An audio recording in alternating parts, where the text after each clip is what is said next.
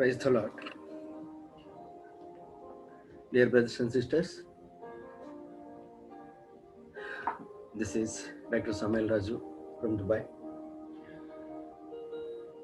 Again, we are going to start with the prophets. Last week we discussed about Isaiah, all 66 chapters and all contents whatever we have in the Isaiah we have been discussed. And this week we are going to start with the prophet Jeremiah and Lamentations.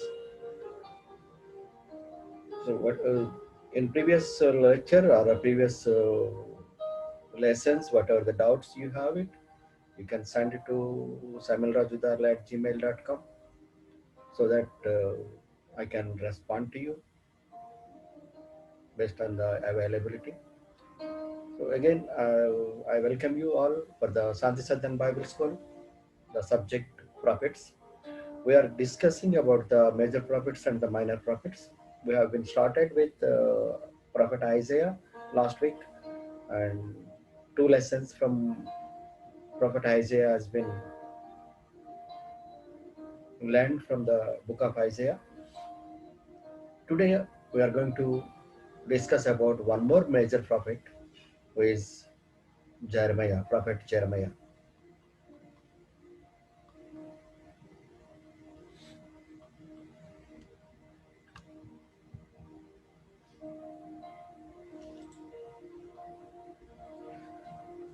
The prophets, the lesson which we are going to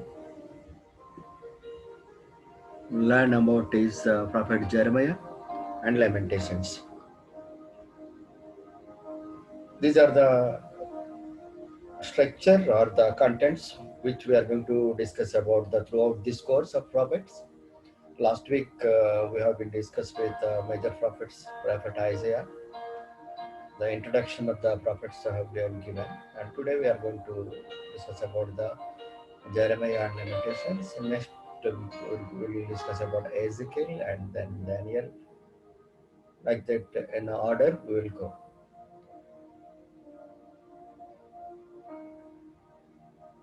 Prophet Jeremiah,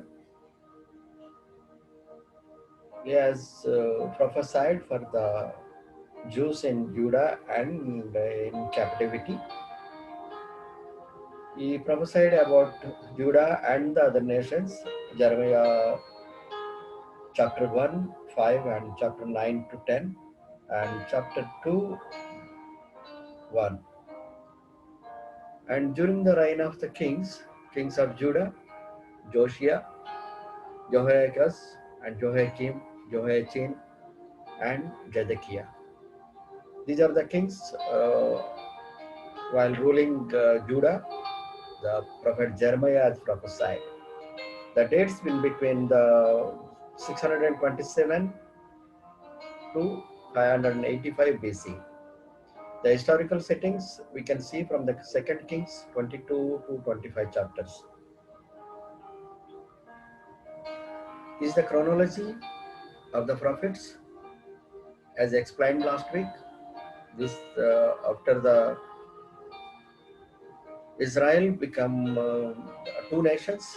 10 tribes of Israel is 1 nation as Israel, and the 2 tribes which is Benjamin and Judah become a 1 nation, which is Judah. During that time, Jeremiah was prophesied in between the 627 to 585. This is the picture of Jeremiah, and he as a prophet, God chosen prophet. We are going to discuss about that. The message of Jeremiah, like Isaiah before, Jeremiah emphasized the 3 points of the message from the Old Testament prophets. The first one is you means Israel and Judah have broken the covenant of God, and you had better repent. He is giving warning to the people of Judah and Israel, saying that you have broken the covenant of God, so you come to God and repent. The second point what he's saying is no repentance, then the judgment will come. Judgment also will come on the nations, all the nations. He's saying that all the nations means all the tribes, all the 12 tribes of the people. First warning, he says that you have broken the covenant of God, so you come and repent in front of God. If you don't repent, then the judgment will come. The judgment will come not only one tribe, it will come on the nations, all the nations in the sense, all the people, all 12 tribes of the people.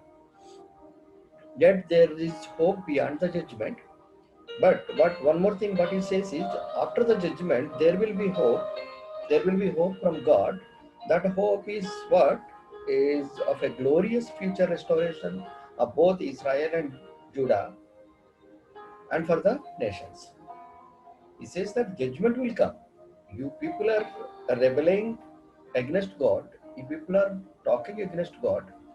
And you people are not repenting. And you people have already broken the covenant of God. So the judgment will come on you.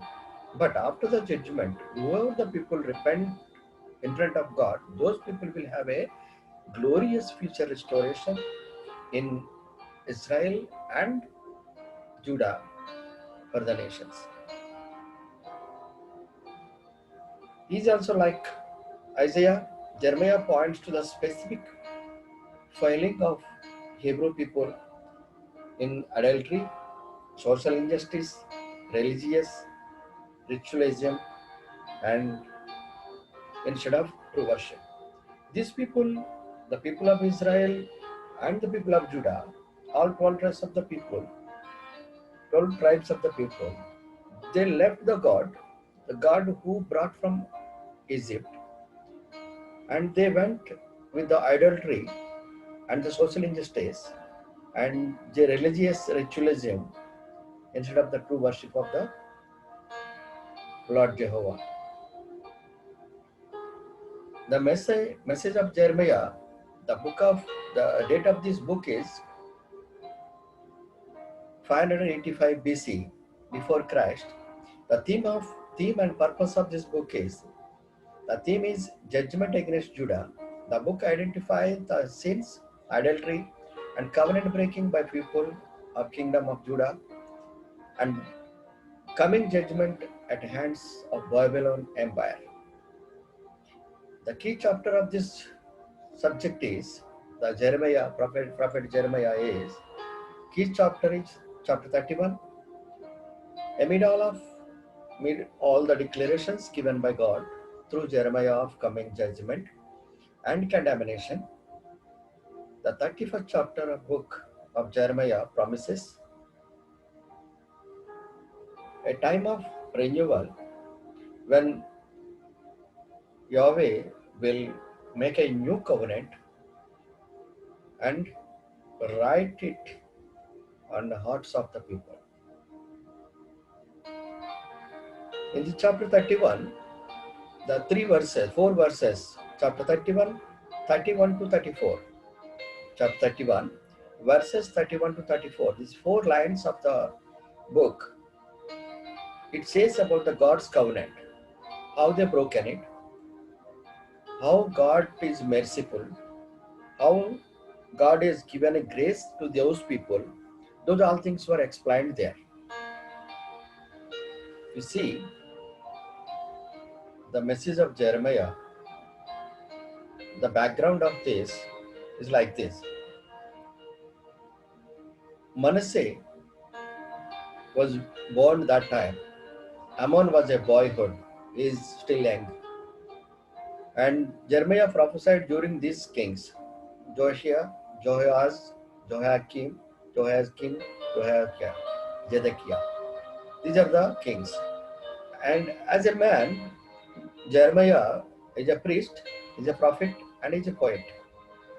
The method of the preaching is speaking, acting, and writing. The message, like others, apostate people,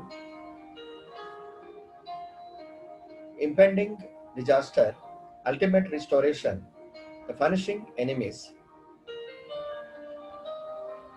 And unlike others is, first one is spiritual, second one is individual and political. Prophet Jeremiah Spiritually, he preached to the people, and individually preached to the people, and politically he preached to the people. The fifth one is the maltreatment. Sixth one is the misery, the weeping prophet. His name, the Jeremiah's name is weeping prophet, the lamentations.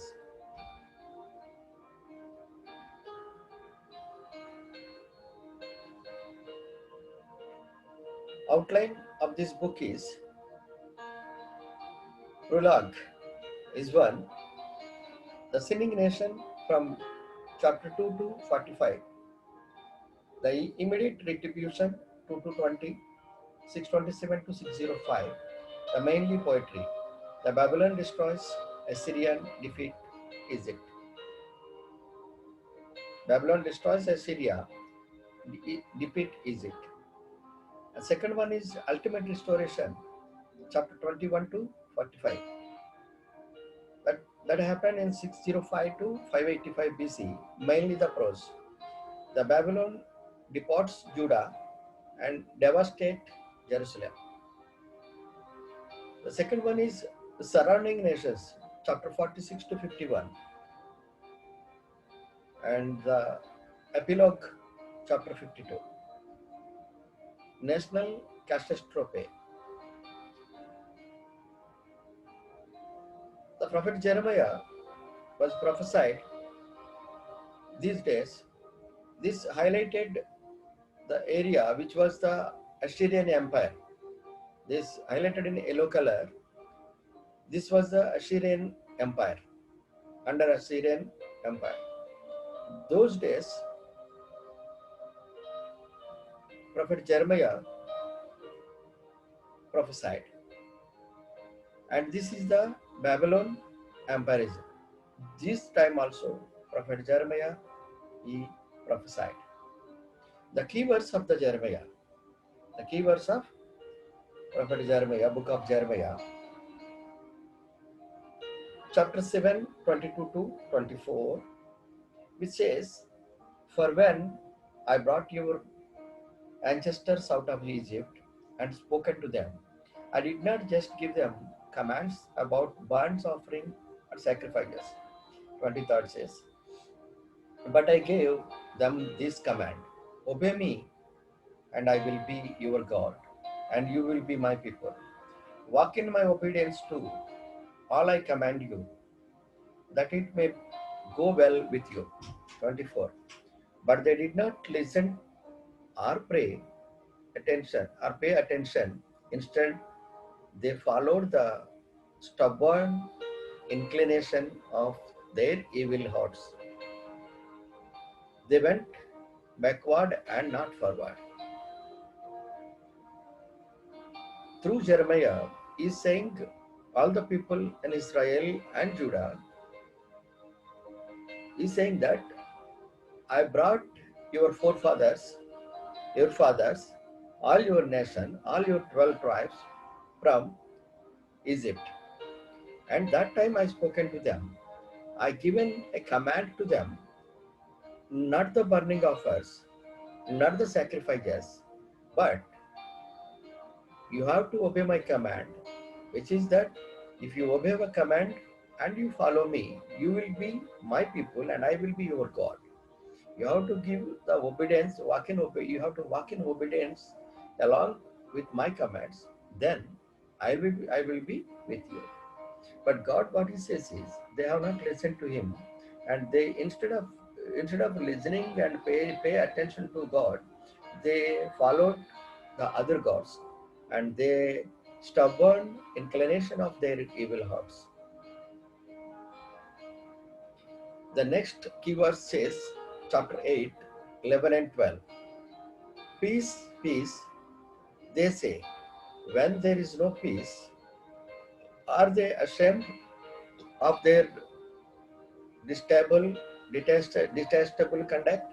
No, they have no shame at all. They do not even know how to blush. So they will fall among the fallen. They will be brought down when they are punished, says the Lord. Lord, what this says is, they are not listening to me. They will be ashamed because of their conduct, because of their detestable, detestable conduct, and they will be ashamed, and they do not even know how to bless. They have been fallen, and they are following the fallen people, so they will be punished. That's what the God says.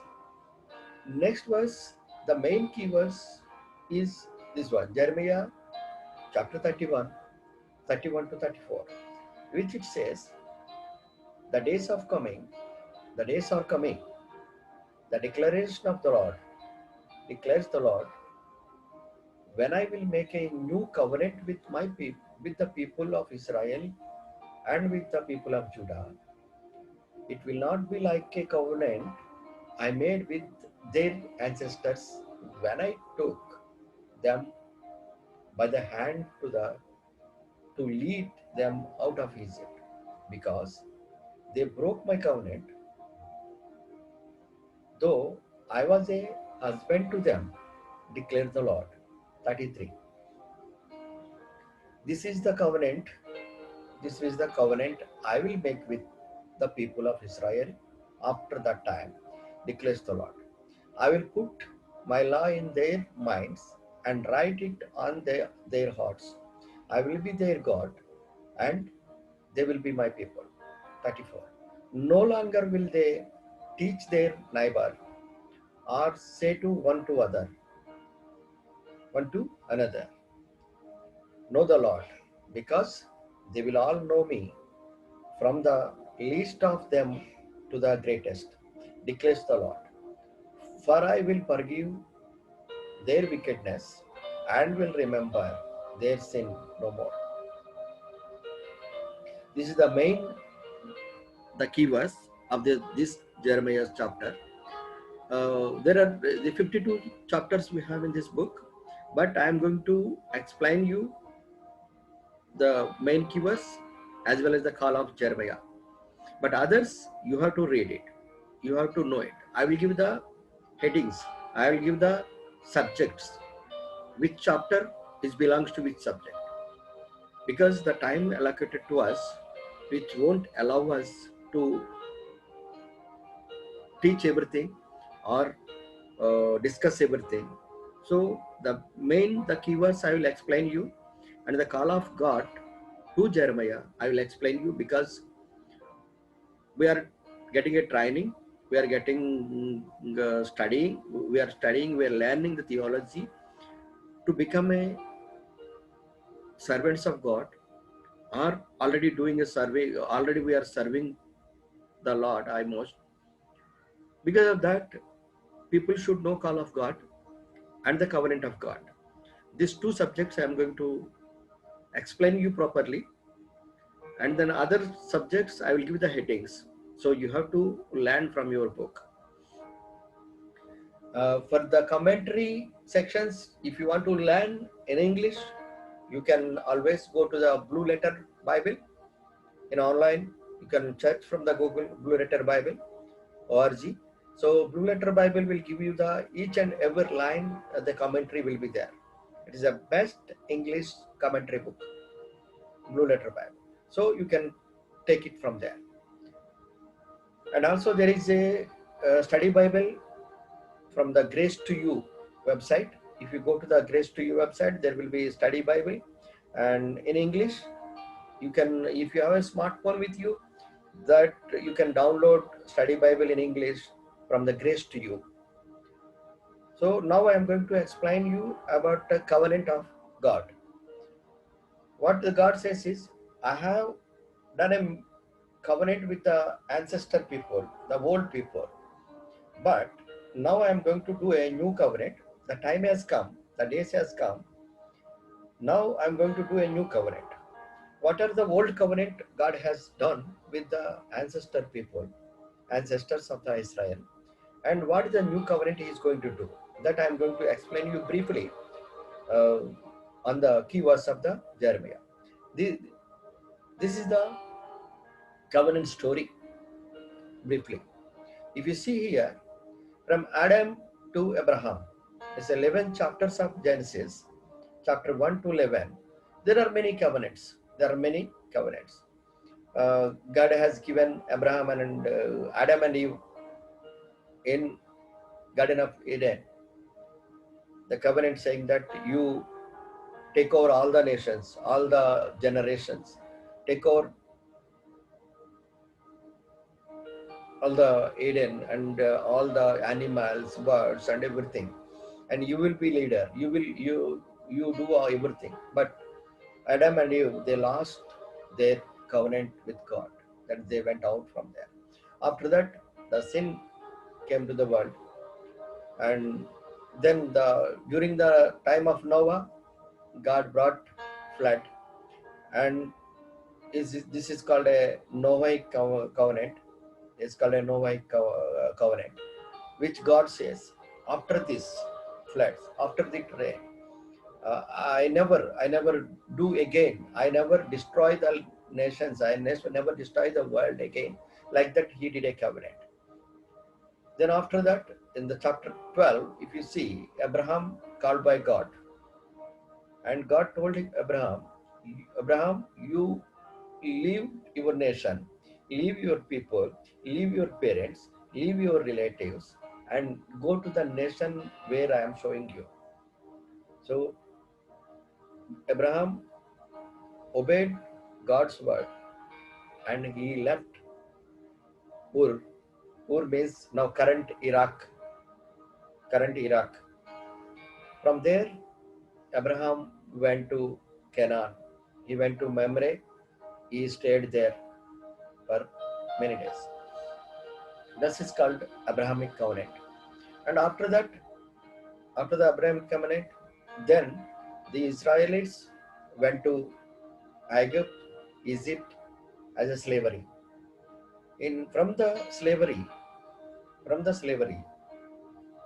Moses brought them out from the Egypt. Then they reached the Mount Sinai. God told Moses, Moses, you come to the mount. I want to discuss with you. I want to do the covenant with you. And Moses went to God. And God did a covenant with the Israel people and the Moses, saying that. And he given a covenant. He given the 10 commandments and all things. And finally they reached Canaan, led by Joshua after the Moses. And after that, Israelis, the all 12 tribes, they started doing their own activities. They left God. They're doing their own. Then God brought many judges. There are many judges. Whenever they going away from the God, God brought one judge, and that judge, they preached to them, and he brought the people of Israel to God. Then after some time, again, these people went away from the God. Again, God brought one more judge, and that judge brought the people to God. Like that, God brought around 15, 14 judges in chapter Judges, if you see. The final and last judge is from the book of Judges is the Samuel. Prophet Samuel is the last final judge. After that, the kingdom was started. The kingdom started after the Samuel. Because when the Samuel became old man, then people of Israel came and asked him, saying that, you become old, your children is not good, so we want a king. Samuel told to Israel, nation of Israel and people of Israel, you are asking a king above you people, but the king comes and the king, he will give you trouble. He will take your daughters, he will take your wives, he will give more trouble to you. Like that he explained. But even though those people are not agreed, they want king. Then Prophet Samuel prayed for God, and God has answered his prayer, and he arranged a king. The first king name is Saul. Saul came as a king of first king of Israel. He ruled the nation of Israel, all 12 tribes for 40 years. Then he disobeyed God, and because of his disobedience, he lost the kingdom. Then the kingdom went to King David. Then God has done a covenant with King David, saying that King David, when King David was there, the King David, his nation, God helped him. God is with him, and he arranged all the 12 tribes of the Israel nation, and the king as the David. Then finally, King David want to build a temple. One day he called Prophet Nathan and he asked like this. See, I am staying in a building. I am staying in my palace, but the God is staying in tent. So I want to build a temple for a God, palace for a God.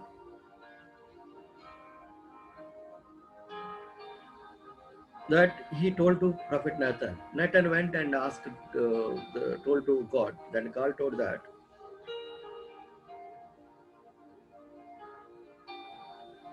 the thing which was King David was thinking is right, but only thing is because of the expansion of his nation, expansion of his kingdom, he had been did many wars, and his hands soaked with the blood. In this case, so he cannot build the temple, but I will bring a son from his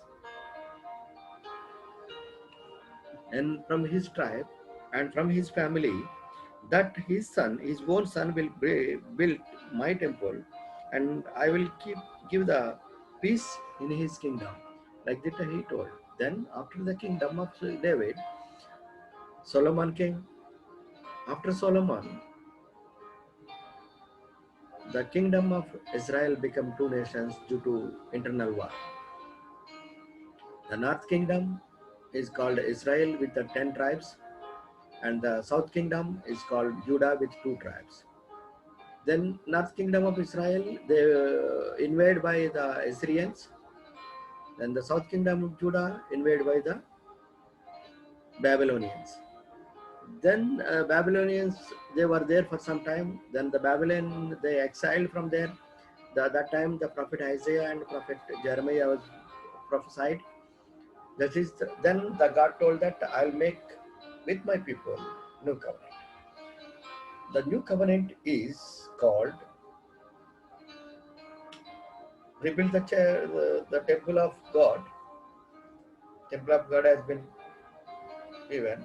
The new covenant which is came from the churches, which is called the Jesus Christ is our new covenant. So that we are going to read now from here. Throughout the Bible, God reveals his plan of redemption through a series of covenants.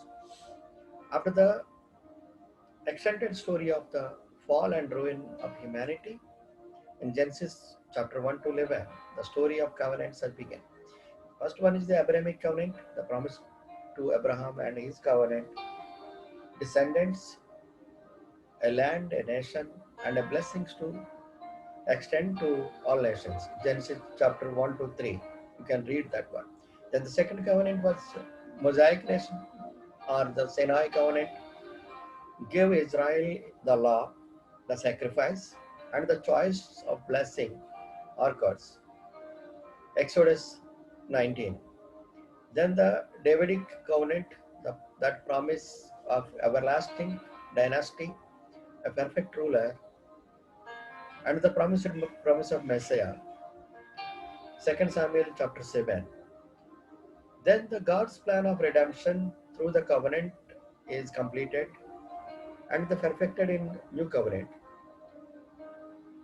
Over the span of Old Testament passages that announce the new covenant, especially Ezekiel chapter 11, 16 to 20, and chapter 36, 16 to 28, chapter 37, 21 to 28. We see the promise of gathering of Israel and the cleaning, cleansing, and the spiritual transformation and the reign of Messiah.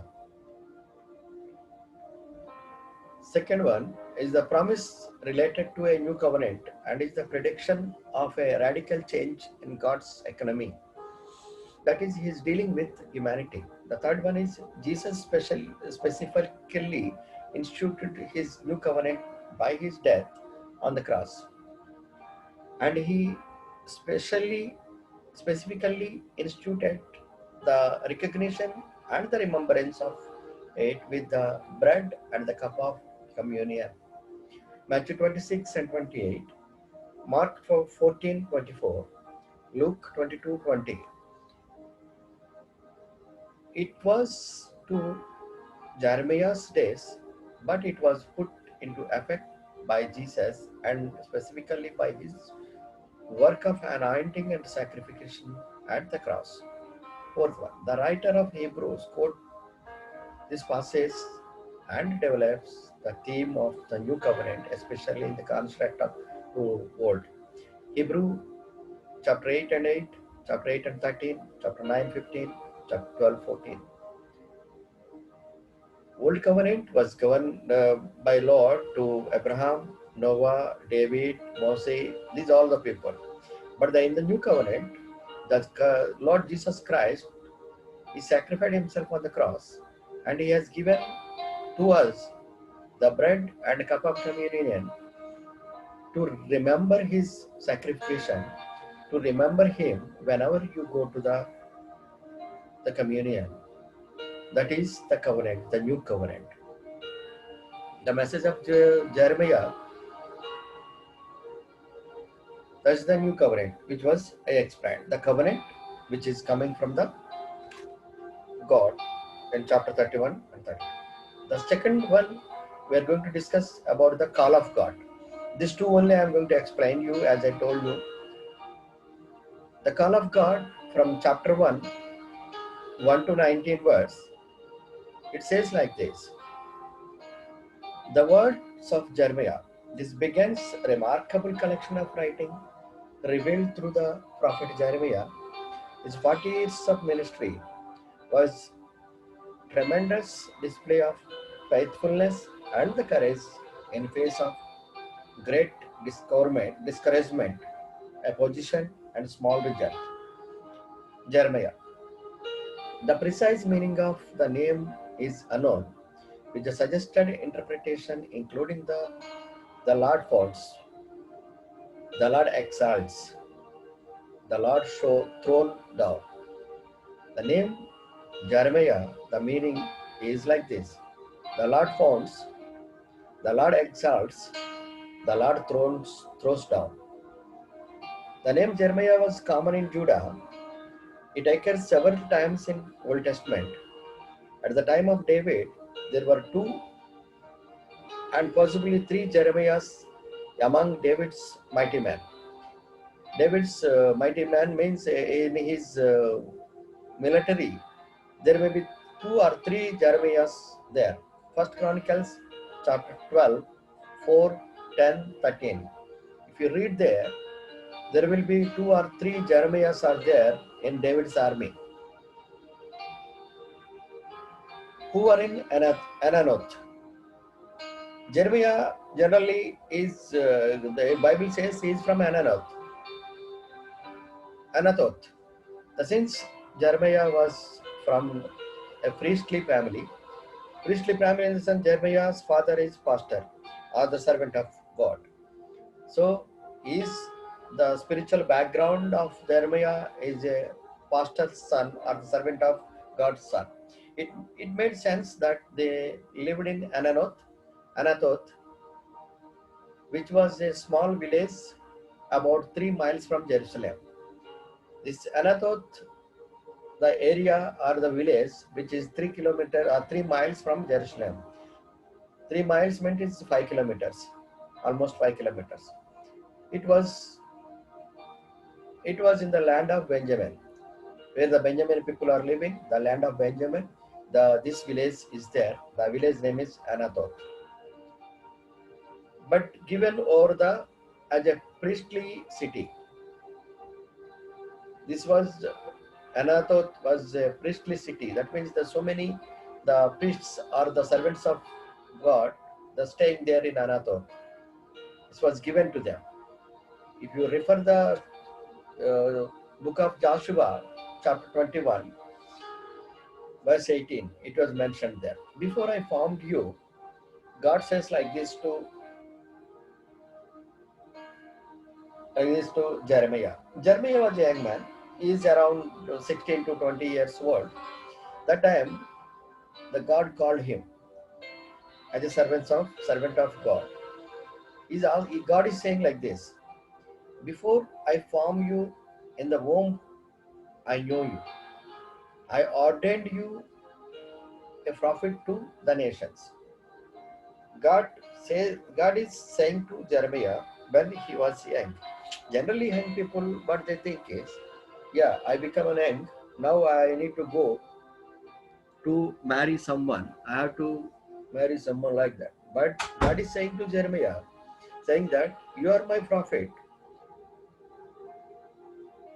I selected you, or I formed you, or I taken you over, not outside.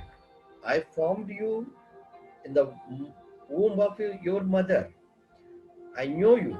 I have seen you with my eyes, and I have ordained you.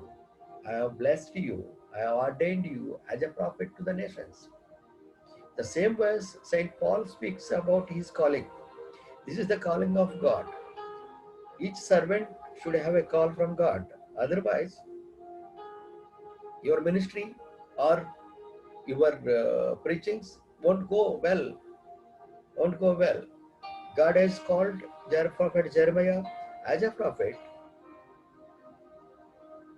not only after 17 years or 20 years. He called him, he formed him when he was in a mother's womb. When he was, before I formed you in mother's womb, he says like this: before I formed as a zygote in your mother's womb, you are my prophet. I ordained you as a prophet to the nations. God selects you. If you are called, you call for as a servant, you calls to serve him, then you will have a call from your mother home. So he ordained you. No need to ordained by anyone else. God himself he ordained you. The same thing Galatians chapter 1, 5, 15 and 16 says like this. Paul is saying about his calling. He's saying about God called me from the Gentiles to speak to the Gentiles, to bring the people, all the Gentiles to God. That is the call of God. The same call, whether we all having or not, that we have to check with God. What is our calling? The calling says about five types of fivefold ministry. The fivefold ministry, which ministry God has called us, and by which ministry God has selected us, that we should know. We should ask God. And when the Jeremiah was 16 or 17 years old, God called him during the young age of the Jeremiah. So for that calling, Jeremiah responding to God, saying that, "Oh Lord God, behold, I cannot speak, for I am youth." He's saying that, Jeremiah saying that, as I told you, he's around 17 to 20 years old. He's a young man. When God told him, I formed you as a prophet before you formed as a zygote in your mother's womb. I call you as my servant to the people, as my servant to preach the gospel from me, as a messenger, as a prophet, as a representative for Lord, I ordained you as a prophet to the nations. God is saying. Then immediately, Prophet Jeremiah He is responding to God. Oh, Lord God, behold, I cannot speak because I am young man, because I am youth, because I don't know anything. I don't have any wisdom. I don't have any knowledge. How I can preach to people? And also he says that people, I don't have any authority to send a message to the people like that. Jeremiah was probably anywhere from 17 to 20 years old at the time. Apparently, he felt that his youth prevented him from the being a good or authoritative, authoritative messenger of God. He is thinking that I am a small boy. I cannot speak to the people. Even I speak, who will listen to me? Who will obey me? Who will obey to the God? Who will walk under the God's word? That's what he's saying to God. Then God responding to him, he's saying that don't say I am young. Don't say I am young. On this, don't say I am young. I wrote many other things. We'll go one by one. First thing they say, God saying that don't say I am young. Don't say I am youth. Don't say I am a small boy. Don't say I cannot speak. Don't say I don't have any wisdom. Don't say I don't have any knowledge to speak with the people. Because God used David when he was young man. As a young man, David served his father faithfully in shepherd fields, killed lion and the bear, protected the flock, killed Goliath, served King Saul, and was a commander in the Israeli army. David was a young man. He is 12 years old. When he was a shepherd boy, he is going with the sheep in the shepherd field. That time, God is with him, and he killed bear and lion, and he killed Goliath as well. So he served in kingdom of Saul as a commander in the Israel army. He is a young man. He is a small boy, but he served. Second, God says, don't say I am youth, because God filled John the Baptist with the Holy Spirit in the womb of his mother. Luke chapter 1:15. You are not too young to be filled mightily with the Spirit of God. And third one he says, don't say young. Don't say I'm young. Because God used Timothy as a young man, and through the apostle Paul told him, let let us know one despite your youth, but be an example to the believers in word and in conduct, in love, in spirit, in faith, in purity. The First Timothy chapter 4 and 12. God called Timothy a young man as a young man. God called John the Baptist, and also he has been.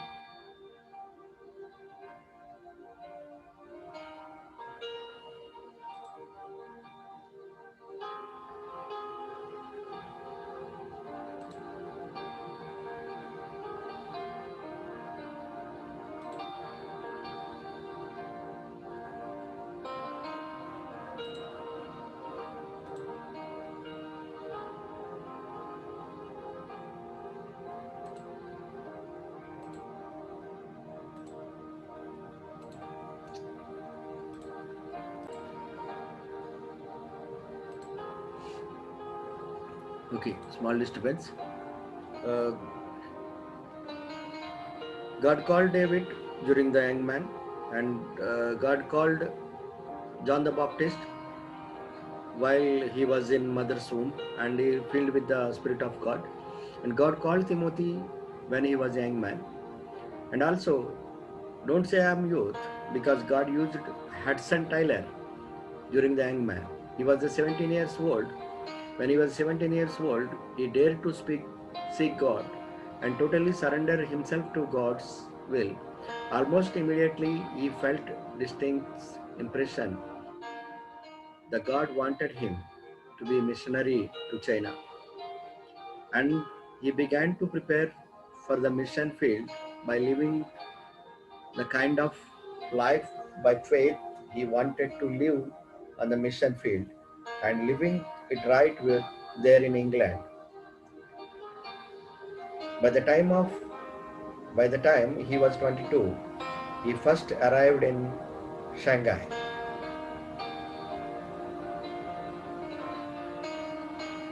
God used Hudson Taylor during the engage and other missionary. Don't say I'm youth. Because the God used John Edward Orr as an young man. Born and raised in Belfast, Ireland, at 21 years old, he left a good paying job in the middle of the Great Depression to tour around Great Britain on his bicycle and tell any who would listen about revival. He trusted God to provide for both him and his widowed mother, and God came through gloriously. It was 10,000 miles of miracle through Great Britain. He wrote a popular book about his adventures in faith, so popular that some youth groups banned the book. They were afraid that their youth might take off on their own bikes without really being called by God. That is why, if you are young in this class listening, don't say that I am young, I don't know anything. But if the God calls you, if God selected you, God ordained you, then the God will take care of it. And also don't think that once God called as a servant, and don't think that you don't have any problems. There will be problems. That's what God says. There will be problems. There will be rebellions. There will be beaten people. There will be people who destroy you. There will be people who hate you while serving the God. That is the real call of God. And after that he says that, for you shall go to all to whom I sent you. God says that you don't go wherever you want to go. God wisely says, wherever I shown you, wherever I want to tell you, there only you have to go. You should not choose yourself. The location or the people should be chosen by the God, should be selected by the God. Then only, there only you have to go and preach. One day, Abraham shown to Lot, wherever you want, you go. Then Lot chosen the Sodom and Gomorrah. Don't choose like that. That day, those days, Sodom and Gomorrah is looking as a green pasture. But nowadays, the servants of Lords and the pastors, they're choosing the areas where they want to live peacefully. They don't want to struggle. They don't want the troubles in their life. They want the relaxed life. They want the faith. They want the enjoyable life. There only they are trying to go. But the God says to Jeremiah, I call you, but wherever you want to go, I'll show you. That time only you have to go and speak with those people. You shall go to the all whom I sent to you. Wherever I sent you, there only you have to go. And whatever I command to you, that only you should speak. You should always wait for the God's command. You should always ask God what to speak. Do not be afraid of their faces, for I am with you to deliver you. This word, I like it. He's saying that I will deliver you. He's not saying that problems won't come to you. Problems will come. People will hate you. People will beat you. People will do everything whatever they want. But I don't afraid with that. Don't afraid with that because I am with you. I am with you. But anything happens at the end of the day, I will deliver you from there. People want to beat you, let them beat. No problem. Don't afraid. You surrender that to them. Then I will come and deliver you. That is the call of Jeremiah. Jeremiah did a ministry. Jeremiah did a ministry for 40 years. Not one day, not 1 week, not 1 month. He did a ministry for 40 years. In his church or in his ministry, in his congregation, not even one believer came to him. Nobody come to him. Nobody come to his church.